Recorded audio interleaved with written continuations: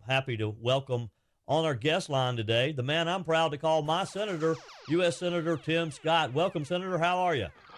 I'm doing well, Joey. I hope you're doing great. Thanks for the introduction, and thank God that you're filling in for Mike while he's in Japan. There's not a better host to have filling in than you, Joey. Thank God for you. Well, thank you, Senator. It's always a pleasure to speak with you, and it's a pleasure to sit in for Mike as well. Let's jump right in, Senator. Yesterday, in the Senate Committee on Banking, Housing, and Urban Affairs hearing with the U.S. Department of Treasury, you asked the Biden administration, their deputy secretary, about the effect of lifting sanctions and freeing up a lot of cash to Iran. And I watched the testimony, Senator, and I think I understood him to admit that, yes, this money is risky to release this money, that they most likely will use it for terrorist activity.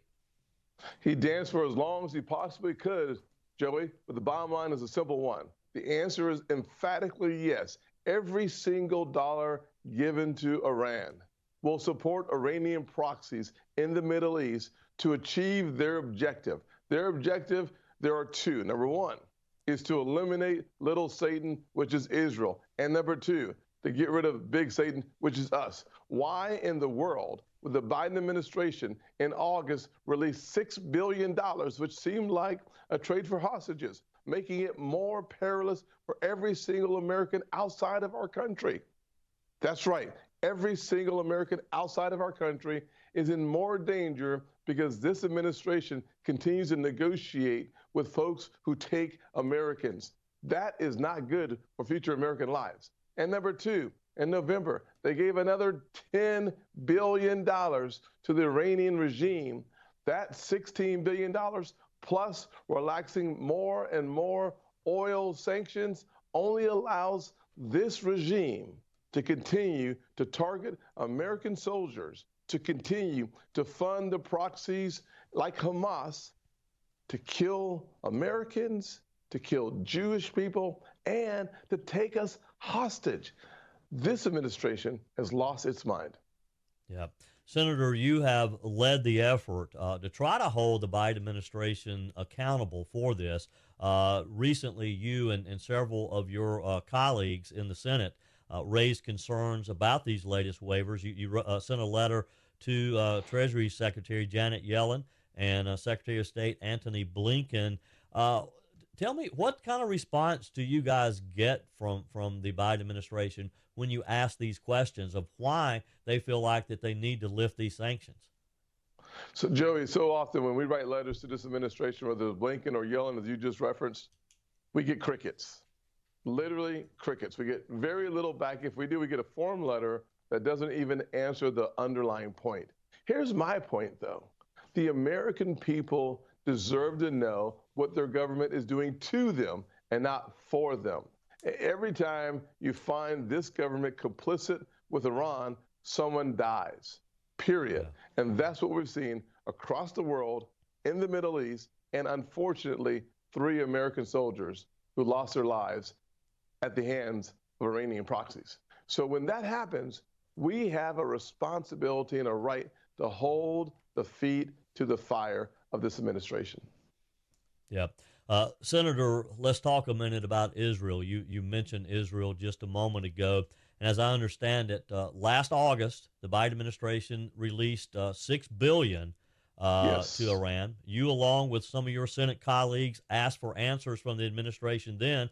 Of course, we saw the attack on October the 7th. We saw the loss of life, the devastation there with Israel. After the attack on Israel, you were the first leader of the Senate Banking Committee to demand accountability there with the Biden administration releasing this $6 billion. Talk with us about what you learned about those funds, and is it safe to assume that if Iran does get access to additional money, that we're going to see more attacks like we saw on October 7th? Well, Joe, I'll start with the end and work my way back. There's no doubt that every single dollar that Iran gets in their hands, frankly, will lead to more attacks in the Middle East. Whether it's attacks against American soldiers or Israel, we will see more attacks, number one. Number two, here's what we know. The resources that was used to fund the attacks, frankly, some of those resources have come from America. Some would disagree with that point, but let me just make this very clear without any question. Every time you relax sanctions on Iran, they do something that leads to death, despair in the Middle East. And anytime we have our men and women in harm's way, as we do right now, because this administration refuses to shut the lid on American dollars going into the Middle East, into the hands of Iran, it puts more men and women in jeopardy. Number three, it is without question October the 7th. You follow the breadcrumbs. It is clear Hamas soldiers were trained by the IRGC. A report in April of the last year reflected one thing, that 500 or so troops were being trained in Iran by the IRGC. Those troops obviously took that training and helped to slaughter, murder, and work towards a Jewish genocide.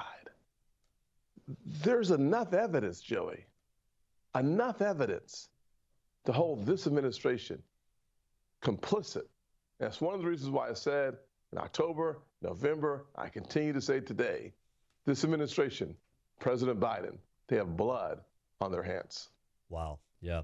On our guest line this morning, Senator Tim Scott. I'm proud to say that he's one of my senators from South Carolina. Senator Mike Gallagher and I traveled to Israel back the first week in March. We did this in partnership with the International Fellowship of Christians and Jews.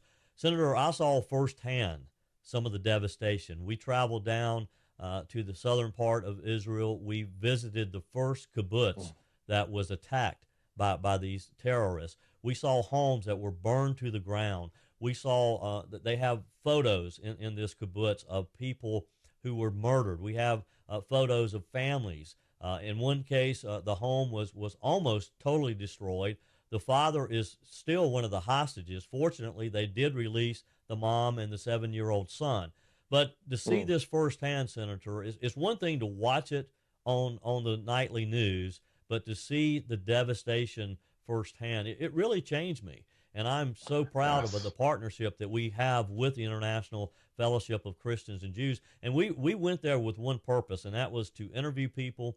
We had a chance, Senator, to sit down with a young lady. She's 23 years old. Her name is Noah. She's a survivor. She was at the music festival. She and her boyfriend heard the initial shots. They ran to an open field. There was one tree in the center of this field, Senator. They were able to climb into this very dense tree and somehow avoid being murdered by these terrorists. She was there for over 8 hours. She told me this. She said, Joey, before this, I wasn't sure there was a God. She took a photo of this tree, and several days later, she's talking with some of her friends, and they're talking about the tree. One of her friends said that they named the Hebrew name of the tree. I can't recall what that is, but basically the meaning is God's cover. And she said, Joey, I believe in God now. That changed my life. Amen. And she's telling her story all around the world now. On March 22nd, you posted on X, Hamas started and continues this conflict. Israel has every right to defend itself, and dangerous efforts to undermine its leadership must be condemned. I will always stand with our great ally as it seeks to confront and eradicate the threat of terrorism. Talk with us, Senator Scott, about Biden's response and some of your Senate colleague, the Senate Majority Leader, calling for new elections in Israel.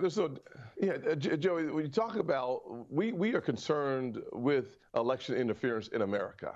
The last thing we should see is any politician, especially the Majority Leader of the United States Senate, Chuck Schumer, calling for regime change in Israel. Why in the world would you call for regime change of your ally in the middle of the war? Even Netanyahu's opposition came out clearly and said to Chuck Schumer, stay out of our elections, stay out of this situation. We are unified behind Netanyahu for the absolute destruction and elimination of Hamas. That's what you call a unified country with a single mind and one goal, to save Jewish lives by eliminating the threat.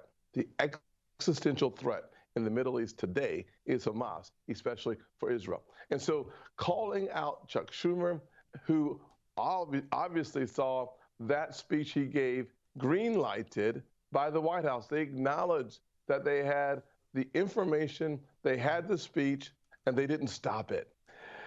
To ask for a ceasefire, this administration continues to demand ceasefires. A ceasefire, for every single one of your listeners today, a ceasefire is defined as time for Hamas to reload. That's all it is. Yeah. Who breaks the ceasefires? Hamas. Who refuses to abide by a ceasefire? Hamas. Who pays the price for that? Israel. Why would we create daylight between America and our ally Israel by siding with Hamas and giving them more time to reload their weapons and target more civilians? And that's one of the key components of the discussion. Israel has targeted Hamas soldiers. Hamas has targeted Israeli civilians. They wanted to wreak havoc in the country. They wanted to terrify civilians. They wanted to have a genocide in the state of Israel. Yeah. Senator Scott, thank you for your support of Israel. I'm just so proud to call you my senator from South Carolina. Thank you for that. We have just a minute or so left here. Yes. Like to touch on a couple of quick things here. First off, Bidenomics.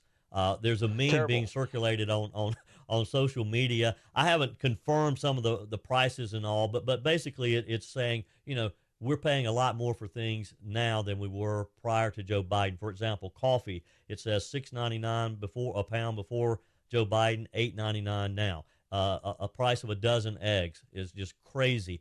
Can you give me some hope, Senator, that we're going to be able to turn this around? 100%. Elections have consequences, number one. Number two, November the 5th is the beginning of a new era for American prosperity, American opportunity, and unifying the country. Why? Because Donald Trump is the candidate that best represents America's best future. And here's the good news. We can compare and contrast. Under Joe Biden, we've seen devastation, destruction, and people becoming delusional on the left. Under Donald Trump, we had low inflation, low unemployment, high enthusiasm, wages growing faster at the bottom than the top. Since Joe Biden has taken office, gas is up nearly 50%. Even over the last 12 months, we've seen costs for veterinarians up double digits, for gas up even more, for car insurance double digits, car repairs double digits. Here's what all that translates to. The average American does not have $1,000 in their savings account because of Joe Biden's Bidenomics. We will eliminate that with 4 more years of Donald Trump. Wow. Yeah. One final question, Senator, and I have to ask you this. Yes, sir. Are we going to see Senator Tim Scott playing a role in the Trump administration? Could it be Trump Scott? Only Donald Trump knows the answers to that question, but what I can tell you, without any question, I will do whatever it takes, Joey, to make sure that Donald Trump gets 4 more years, because that's good for the little Tim Scotts of the world. Growing up in poverty, single-parent household, asking the question, does America work for the poorest kids in the country? Whether you're a rural kid or inner-city kid, you deserve to achieve your American dream, and Donald Trump is the best option to get that done. 4 more years coming your way. Senator, you are an inspiration to us all. Keep up the good fight in the United States Senate. It's always a pleasure. God bless. Thank you so much, Joey. See you soon. Sure thing.